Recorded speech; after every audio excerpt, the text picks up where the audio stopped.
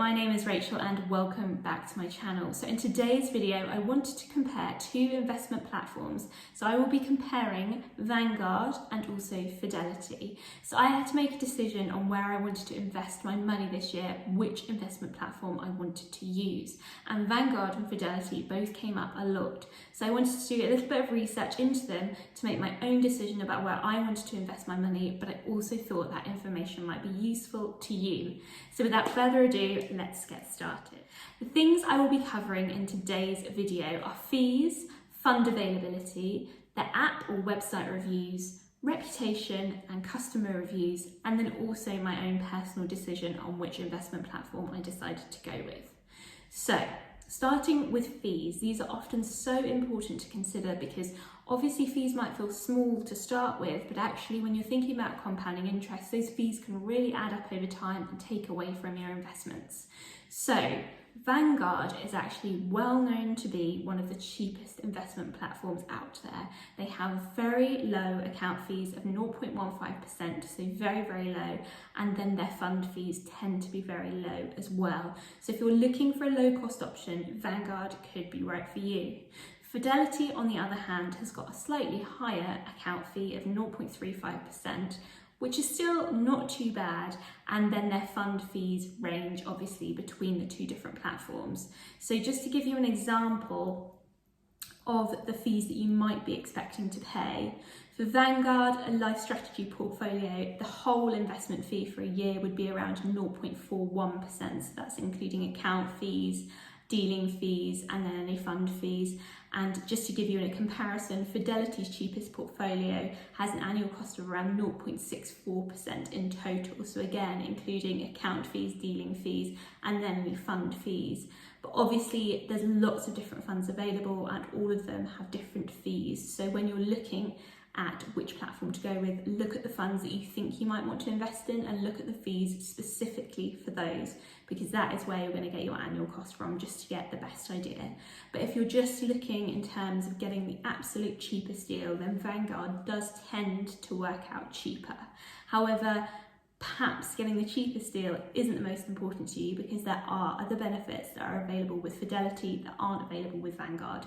So moving on to our next point. So the next thing that I was looking at when I was comparing Vanguard with Fidelity was fund availability. And if I'm honest, this was probably the most important thing for me. So I wanted to know that if I was going to go with a certain platform, that the funds or stocks and shares or ETFs that I wanted to invest in were available on that platform. It's all very well having a cheap platform fee, but if what you want to buy isn't available there, there's no point going with that platform. So Vanguard has a total of 75 different funds available there. So it's quite a small selection in comparison to Fidelity. So just to give you an idea of the figures for Fidelity, they currently have 3,212 funds available. UK shares, they have 1,098. ETFs, they have 341, and investment trusts, they have 182. So when you compare that to Vanguard's 75 funds total, Fidelity has much more choice of funds and much more availability. Now for me, that feels good and like a good thing that there is much more choice, because I personally like to select funds myself and personally feel quite comfortable in that kind of DIY approach of picking and selecting different funds. You can choose to filter funds through on their performance, and you have some very, very high performing funds available in Fidelity that are not available in Vanguard. An example of this is a fund that I like to invest quite heavily in, and that is Baillie Gifford American B Accumulation Fund, which is available on Fidelity but not available on Vanguard. And that fund in the last year achieved an annualized return of 120%. So really high performing fund that isn't available on Vanguard. Now, the good thing about Vanguard, and what some people think is very positive, is that if there are only 75 funds available, you're not overwhelmed by choice. So perhaps if you're a beginner and you're thinking, I want to get into investing, but I don't know where to start, perhaps having thousands and thousands of funds and stocks and shares and ETFs and investment trusts available to you is much too much.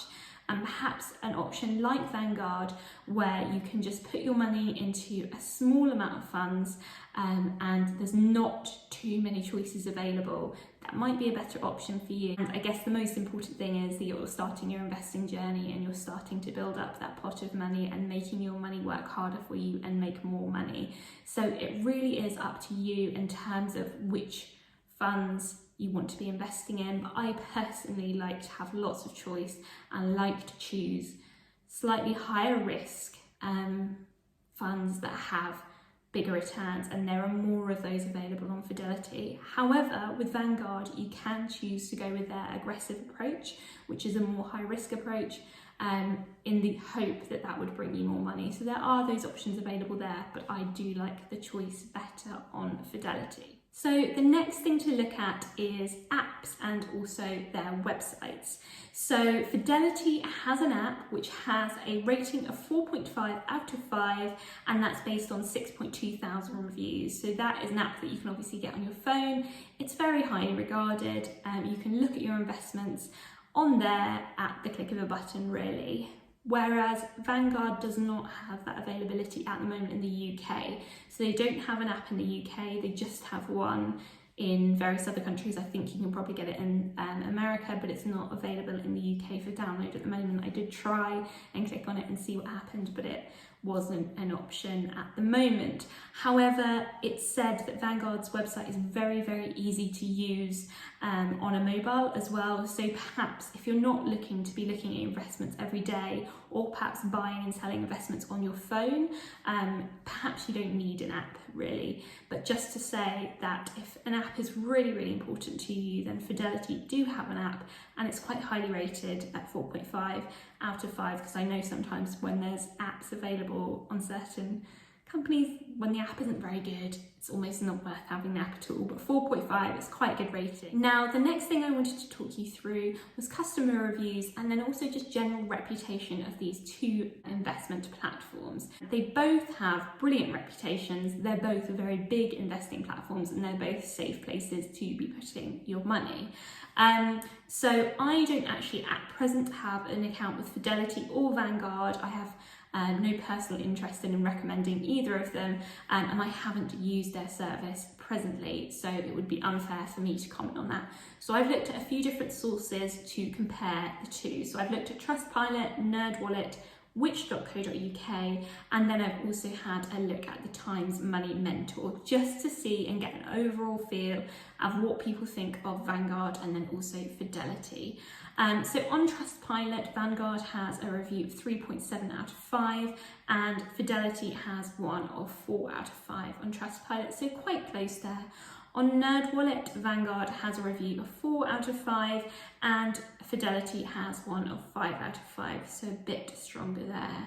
Then just drilling down into customer reviews, so I just went to which.co.uk, they have very good reviews on there, and it just gave you what customers had to say basically, so actual existing customers that are using the platform. So for Vanguard, the customer said, Vanguard's range of tracker funds is the best and the best value in the UK currently. I trust the company and believe they are working in the best interest of their investors. And then another review from another customer on Vanguard says, I haven't been with them long, so don't have much experience, but I'm aware of their reputation in the USA. Their communications are easy to understand and user-friendly, and the limited range of packaged investment options I consider a positive advantage. So that person really likes that there's not so many options of different funds and different things available to them. They liked how simple it was. So overall, good reviews there. And then in terms of what customers have to say about Fidelity on which.co.uk, they say huge range of funds, low fees and expert support. So apparently good customer service. And then the next person said good service and website. It would be useful if they provided regular, say quarterly market newsletters. That's something I suppose that is quite individual to that person. They like to read newsletters. I personally probably wouldn't read quarterly newspapers, but that's something to note if that's something that you would like. It seems like they don't currently do that. And then in terms of the Times Money Mentor, this was an article that I was reading about the best investing platforms that are available, and both Vanguard and Fidelity featured in there. So they gave an award, I guess, to Vanguard for being the best for low cost from a big firm. And then for Fidelity, they gave them the award, I suppose, in this article of best for full service platform. Coming back to the same point that Vanguard is very good for being low cost and having a small amount of options available to you, whereas Fidelity is maybe slightly higher cost but has so much more available to you in terms of research and then also in terms of the funds and things that are available. So obviously I'm not going to advise you on what you do with your money because it's so important to think about where you want to be with your money, your own strategy, your goals in life, also your risk levels. All of those different things are so different for different people that it wouldn't be fair for me to say Vanguard's right for you or Fidelity's right for you. But it seems like in conclusion, Vanguard is better if you're looking for low cost fees and a really simple platform that's easy to use and not too many choices. And Fidelity is probably better if you're happy to pay an extra 0.2% in account fees.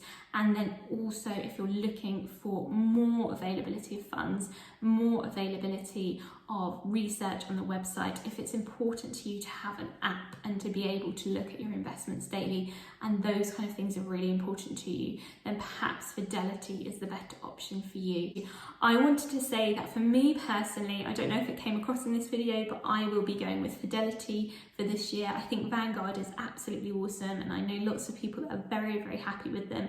But for me, I wanted to go with Fidelity because I do like to have the option of choosing different funds, and I like that there are so many available because I like to have a nice diverse portfolio and I like to feel that I have some control over my portfolio. Obviously with Vanguard you can control your portfolio as well, but I wanted to be able to make bigger selections across different ranges of funds as well. So for me, Fidelity was right for that and is right for me for my ISA this year and for my investing this year. But you never know what will happen in the future. Perhaps I'll become a Vanguard girl and think this is right for me next year. So obviously with ISAs you can chop and change. You have that £20,000 allowance that you can put in one tax year in one ISA, so you can only pay into one ISA. But when it's the next tax year, you could perhaps give another one a go. You can do whatever you want. It's up to you. You're the expert of your own finances and you know best what you should be doing. If you want to see what I end up putting in my investment ISA, then please do subscribe to this channel because I will be sharing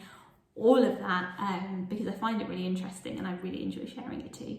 So thank you very much for watching and wishing you all the best with your investments. Bye bye.